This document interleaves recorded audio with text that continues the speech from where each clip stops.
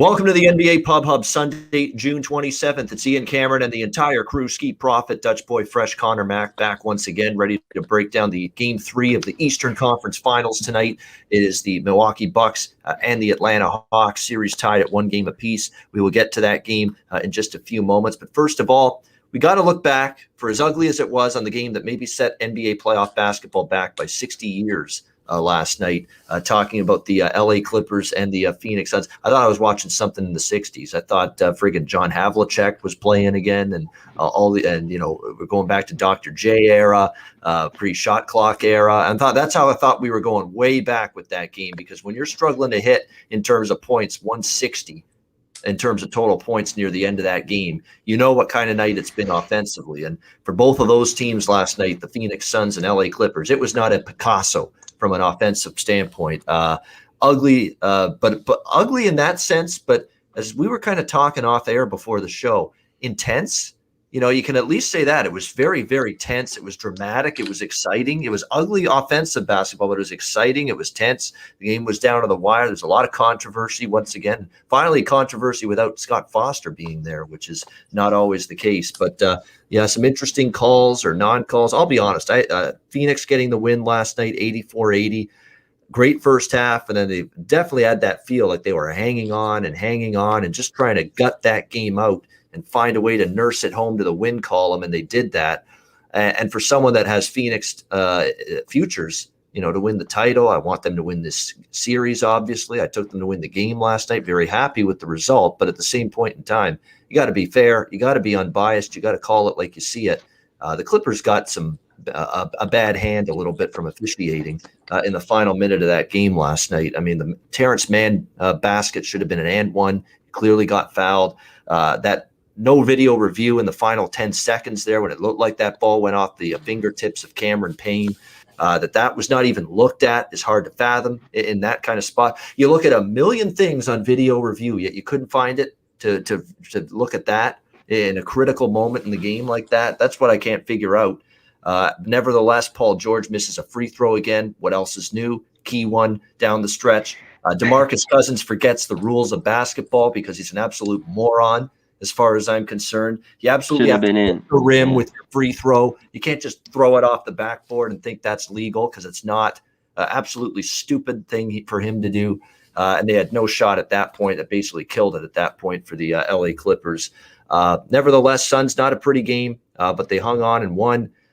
Survived, and they did it with defense. I mean, their defense was incredible in the fourth quarter, so it won them the game, because that game was like a 1-point Suns lead for the longest time, for like 5-6 minutes straight, and the Clippers keep getting chance after chance after chance to finally take the lead, and the crowd would explode finally if they had gotten the lead for the first time, but the Suns defense never allowed them to.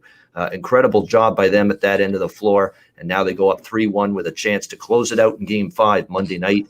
Skee, what did you think last night? Not a pretty game, but intense. Paul George and Devin Booker got into it a couple of times. I thought it was kind of old school, that there was some intense, nasty feelings between those two teams last night. Yeah, I'm mostly irritated. I left a lot of money on the board. Plays and props that I've been riding every game, I didn't take them. I was riding, Ayton? He killed it. Riding Reggie Jackson. He went over his props.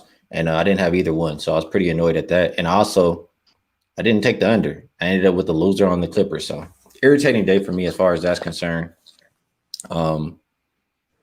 Clippers, they look like they are either tired or something. I know that they haven't really had days off. I know Paul George's legs are probably dead. All his shorts going short. But I don't know about you guys. What I noticed in that game, I mean, I know who the refs had the last 3 minutes, because it was blatant to me. You go one way, they're blowing the whistle every time. You go the other way, you can't get one whistle. I mean, the Terrence Mann, he should have had an and one. You can look at the out of bounds play for Cameron Payne. You're supposed to review every time under 2 minutes. No review. So Yep. And we had the other night took like 45 minutes to finish 2 minutes, but all of a sudden we can't get a review. So we know who the refs had in that game last night. That was ridiculous. I mean, I had Phoenix. I'm happy, but that was ridiculous that there was no review there. Absolutely terrible. If you're the Clippers, you got to be pissed about that.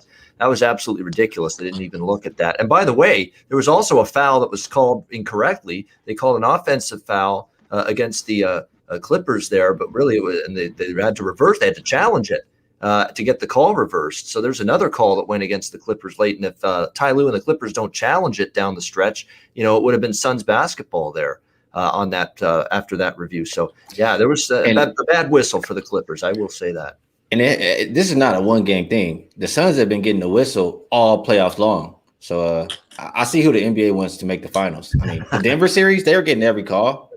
The Lakers series, I mean, they kind of just blew them out, but they were getting calls too. So yeah, NBA favorites this year. Yeah, there's some truth to that. I don't know if there's ever a point where would things have been different with different officiating in the Lakers series or the Nuggets series? No, I think they would have won those two series. But this game last night, things could have been a little bit differently if a couple calls go a different way. I think that you could realistically say that. Dutch, what did you think of last night? Yeah, real quick, shout out to the chat. Our guy Turnsy. I see Lamont Williams in there. Robert Cherry, Joe Martinez. Salute to everybody, man. Hey, take a minute real quick because we haven't been hitting our likes over the weekends. I don't like it when we don't hit 100 likes. We need a hundo. That's Mando, like our guy DJ Big Boss would say. 100 likes. Take a fucking minute. Hit the like button like I'm hitting this plane to San Fernando Valley, and it'll get you right where you need to be. Yeah, man. Also, share it if you could.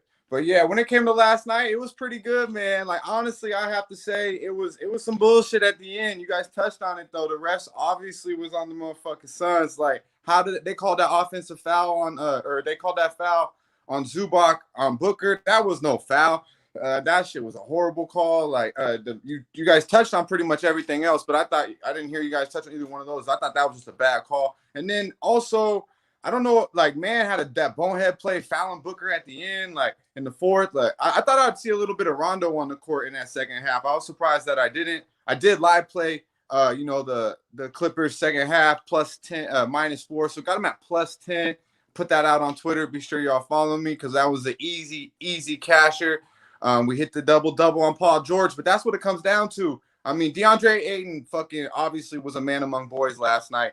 I knew he was going to go show up big in them rebounds. We hit that, but when it came down to me was CP3. I don't want to hate on the dude too much because he got me paid with the +110 on the double-double. Freshest look all motherfucking day. But it was his fault is the reason they lost that game. I mean, he couldn't make a fucking shot all game long. He made a couple mid-rangers in the fourth, late to keep him right there. He made some plays. I mean, he was rebounding the ball, but if you watch the game, man, he wasn't right the whole game.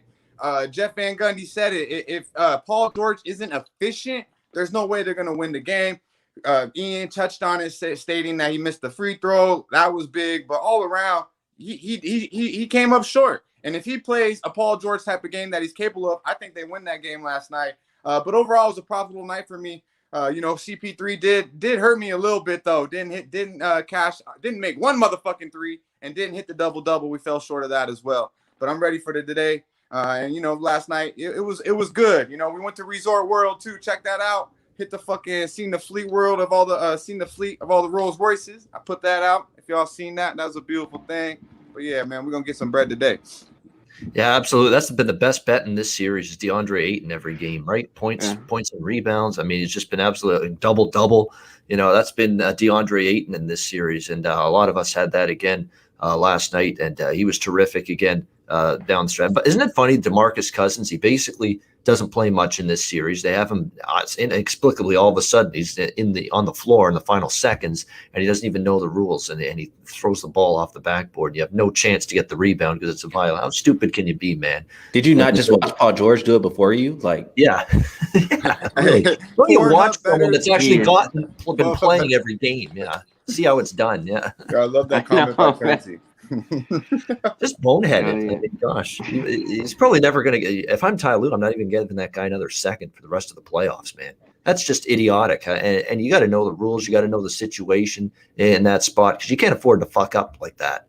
You got to give yourself at least a puncher's chance to try to win that game. And obviously, that's not going to happen when you don't even know that throwing it off the backboard like that over the rim is a violation.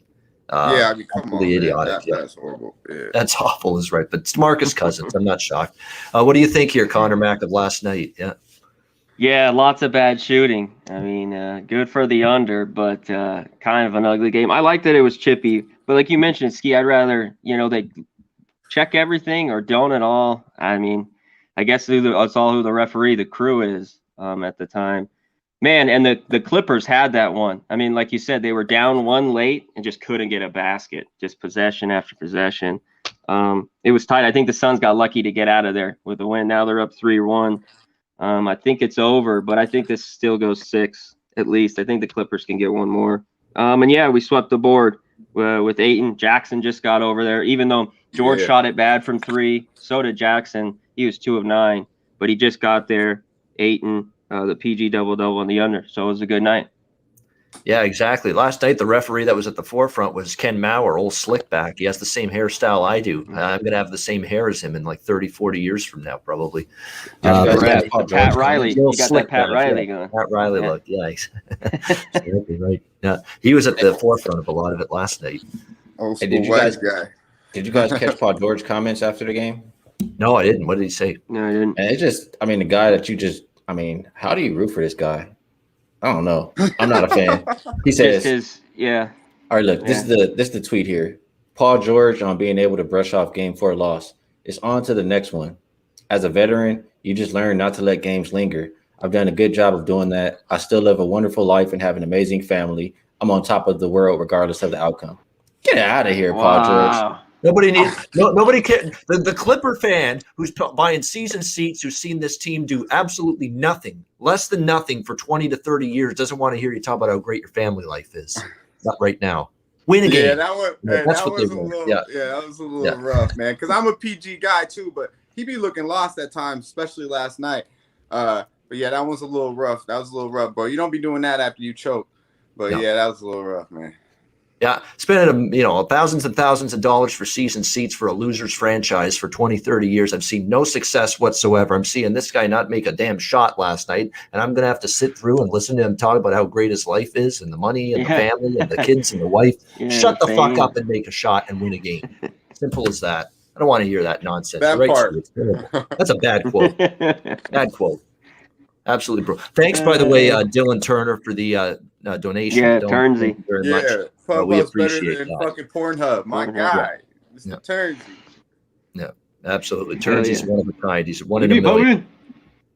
Yeah, absolutely stuff. We be pubbing, and hopefully we're pubbing on our way to some profits. Pubbing profits tonight with Game 3. This is a tricky game for me. We'll see what the rest of the crew thinks of it. Atlanta, Milwaukee, scene shifts to the ATL series tied 1-1. Milwaukee 4.5 point road favorites, 224.5 the total in this game.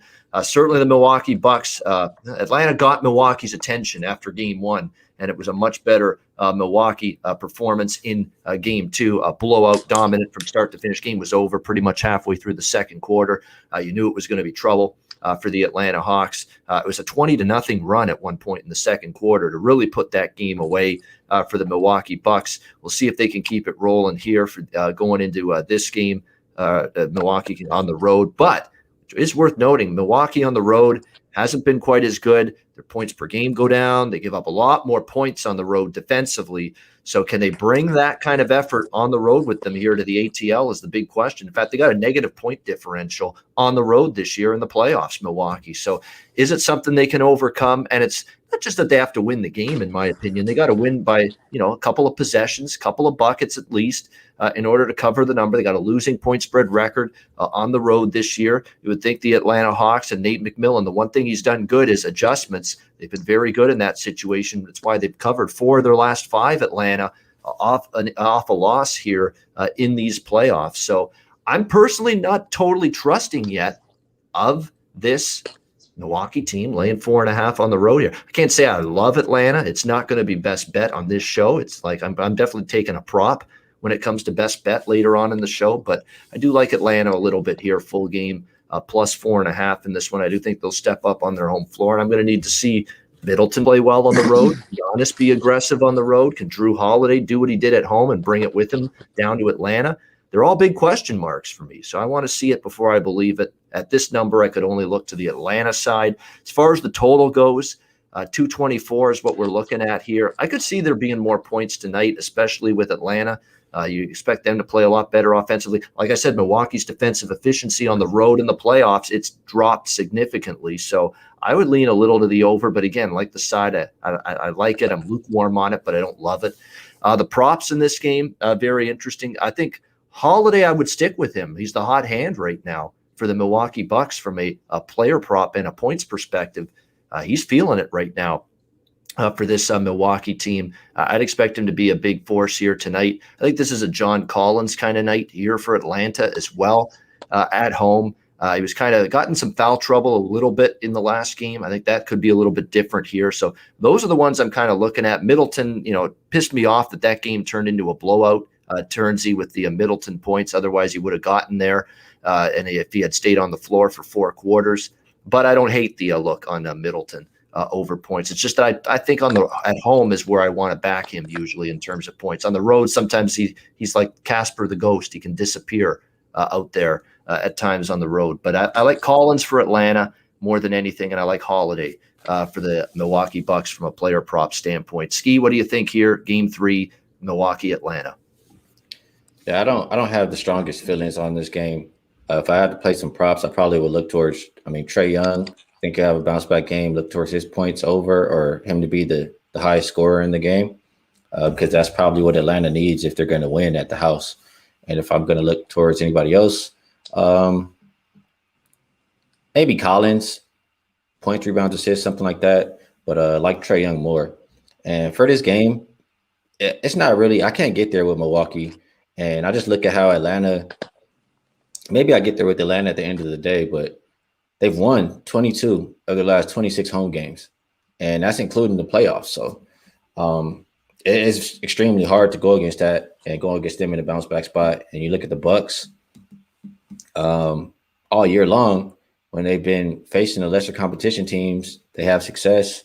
When they face a little bit better competition with these spreads lower than 8, they don't cover. They only win like barely half the time. So I have the stat here, Bucks with the line lower than -8.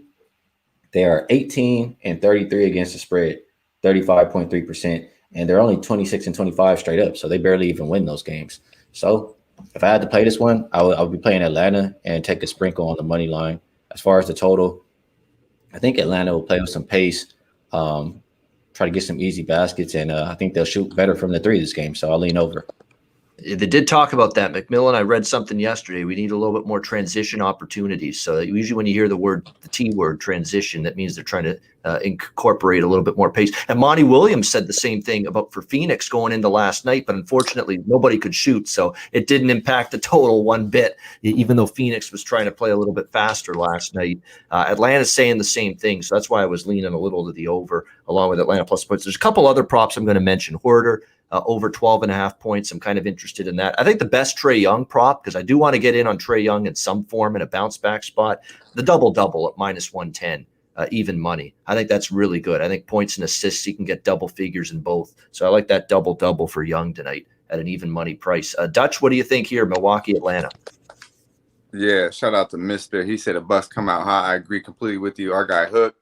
Marlon Z, my guy, see you up in there. Dear Slayer Skee.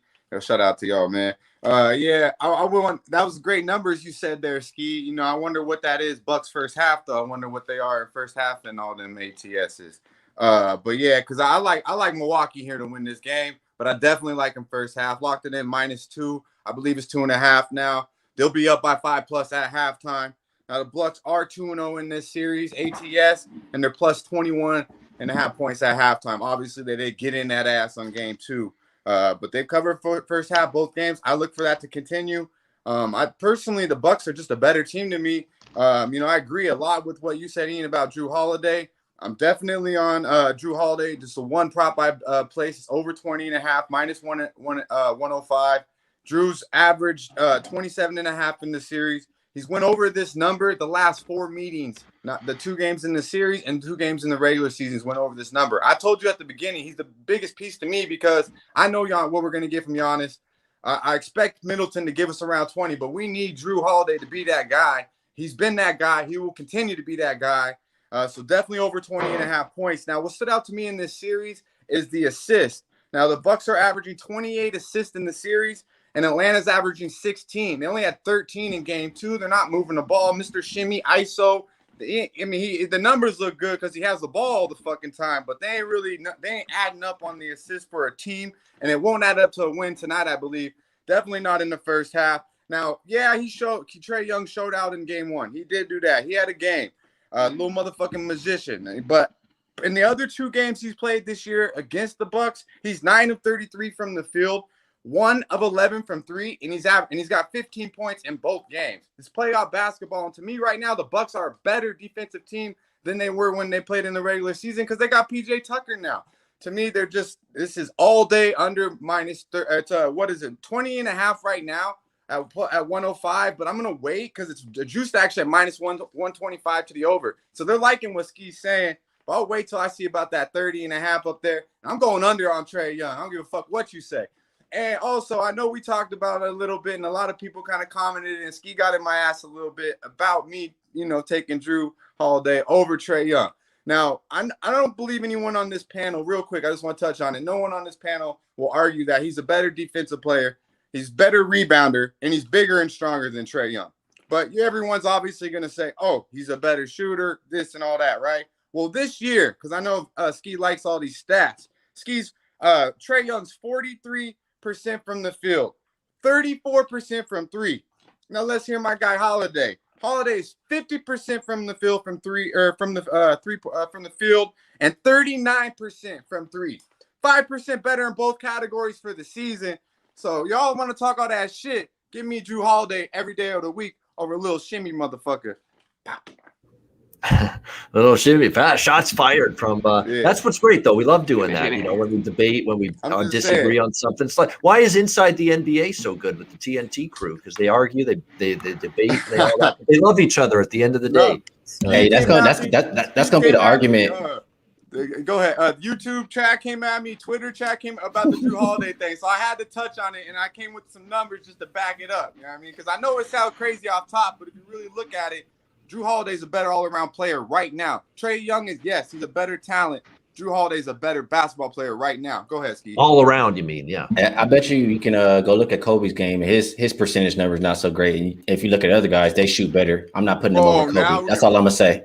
The numbers, I mean, you can't just look at percentage. Every team is different. Every situation is different. So he plays a little bit different role than Holiday does because he has Giannis. Yeah, so it's a little it's different from team to team, and how they are. Right. Nobody's getting Trae Young easy shots. Drew Holiday's getting easy shots because of everybody else.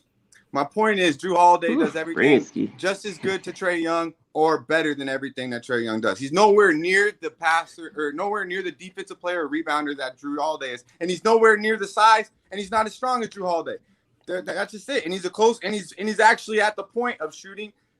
He's in the same category as shooting with Trae Young. So that was my point to that. But yeah, man, go ahead, C-Mac, get him. One is a number one option. One is a good complementary player. Yeah, the offensive side for sure. There is no question there. But yeah, there are like Drew Holiday. I like Drew Holiday's game. And look, I keep saying Drew Bledsoe, Eric Bledsoe. I get my sports mixed up. Eric Bledsoe. That guy can't hold Drew Holiday's jock, as far as I'm concerned. Like the difference between the Bucks last year and 2 years ago with Bledsoe and now with Holiday, it's night and day. It's such an upgrade. It's an incredible upgrade. And now you're seeing it play out with the way Holiday has performed in the last few games. Conor Mac, what do you think here, game 3?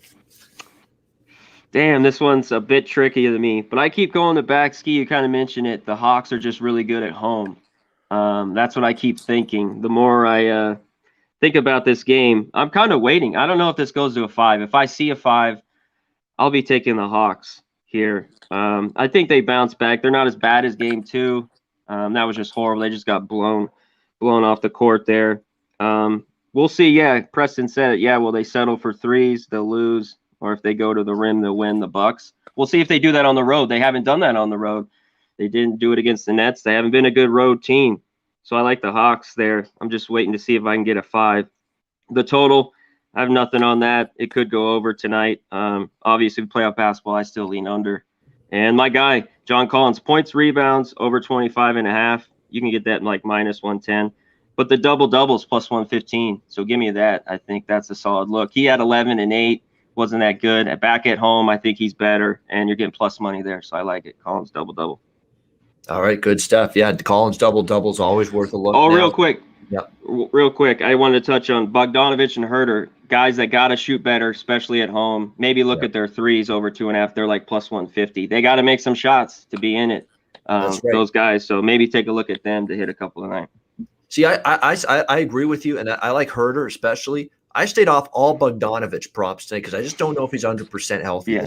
I really don't, and I think that's what worries me about taking him tonight. But in theory, you're right. Some of those guys definitely have to step up tonight for Atlanta, and you would think they can on their home court. Lou Dini saying that quote Skee read from Paul George has me on tilt. I didn't like him before this, but that is unacceptable. I was leaning Clips game 5, not anymore. Here's the equivalent. Here's what would happen if I did something like that. Here's what would happen. I had a terrible Friday. I think I didn't win other than one prop in the NBA, and baseball was a disaster. I think combined it was like 2-10 or something on Friday night for me. I can tell people that are, watching my shows and subscribe with me, you know what? It was a bad day today, but guess what? I love my family. My family's doing good. I have a great life around me right now. They don't want to hear that either. Come on. No. Like, yeah. The cushion's good. I lost money. You guys lost money listening to me and watching me and tailing anything that I bet today. Oh, but my family's great. I'm living a great life. I'm doing anything I want to. People don't want to hear it. Shut up and just, focus on bouncing back and getting your game right. This Correct? guy continues to go downward. It's unfortunate, but Paul George just is on the downward slope, man. He can't get back up. It's crazy. Shout out to our guy North Ender, Nasty Nate. No.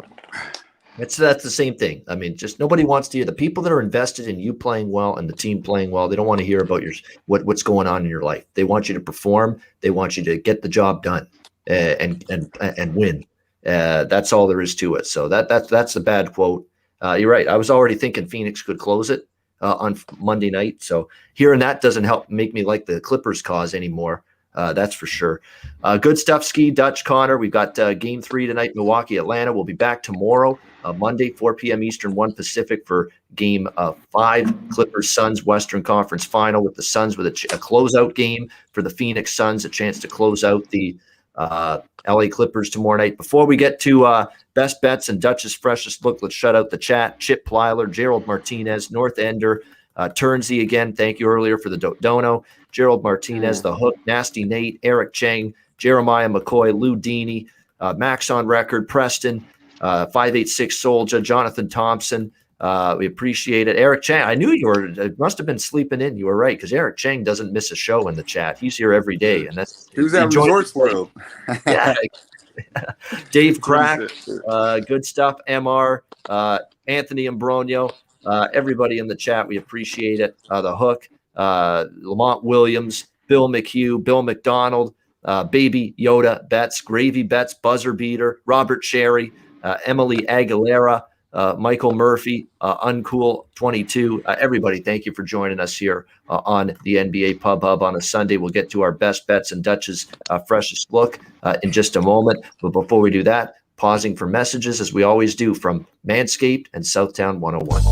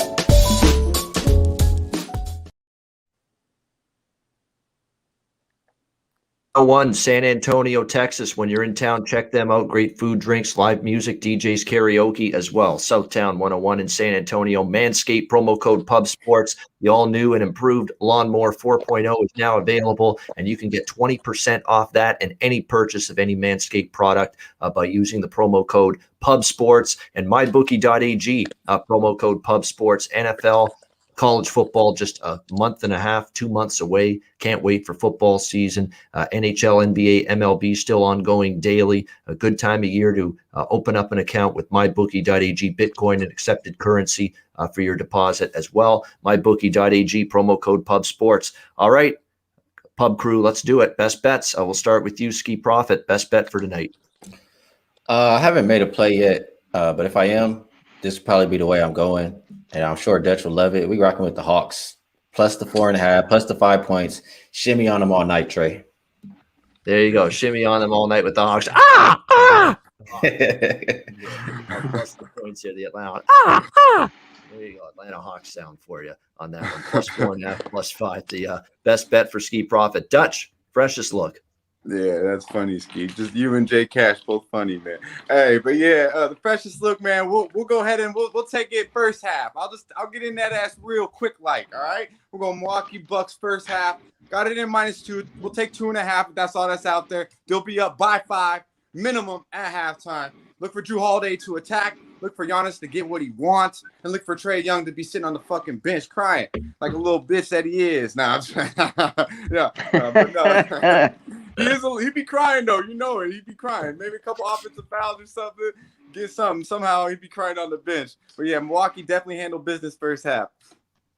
All right, Milwaukee first half minus the 2.5 for Dutch with his freshest look. Conor Mac, what do you like? You got me heated. Yeah. Conor Mac, what do you like for best bet?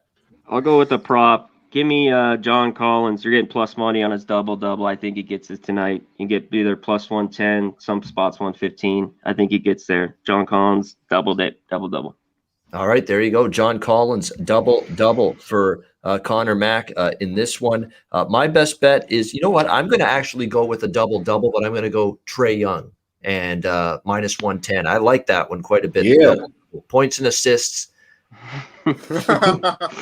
Yeah. I'm going with it. By the way, you're going under 29.5. All he needs is to get double figures points and assists to cash that. And I think each, and I think he can do that tonight. And I think you're going to see him do that. Trae Young minus 110. I like that price. That price is pretty damn good if you ask me for double-double. He can get 10 points. He can get 10 assists. And I think he will tonight in this game. Trae Young, double-double minus 110. That is going to be my best bet for this Sunday. Game 3, East Finals, Bucks Hawks. Yes, Skee. Just a comment that caught my eye.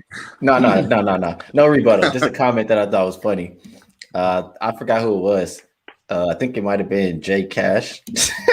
There it is. If this is Four Brothers, Dutch is definitely Bobby Mercer. I don't know why, but I love that comment. Yeah, Jay Cash be coming with him. Yeah, shout out to Jay Cash. You be coming with him. I'll take him all day. Fuck it. Yeah, that's a great comment. Yeah, no doubt. Jay Cash, good stuff. Great stuff from the chat. The chat entertains the show as well. We entertain, but so does the chat. The chat brings it every single day right here on the Pub Hub. That's it. That's a wrap. We will be back tomorrow, 4 p.m. Eastern, 1 p.m. Pacific, Monday afternoon for another edition of the NBA Pub Hub. For Skee Profit, Dutch, Boy Fresh, Conor Mac, I'm Ian Cameron. Have a great Sunday. Enjoy the games and good luck. We will see you again tomorrow, Monday, for another edition of the NBA Pub Hub right here on Pub Sports Radio. Dutch, take us home.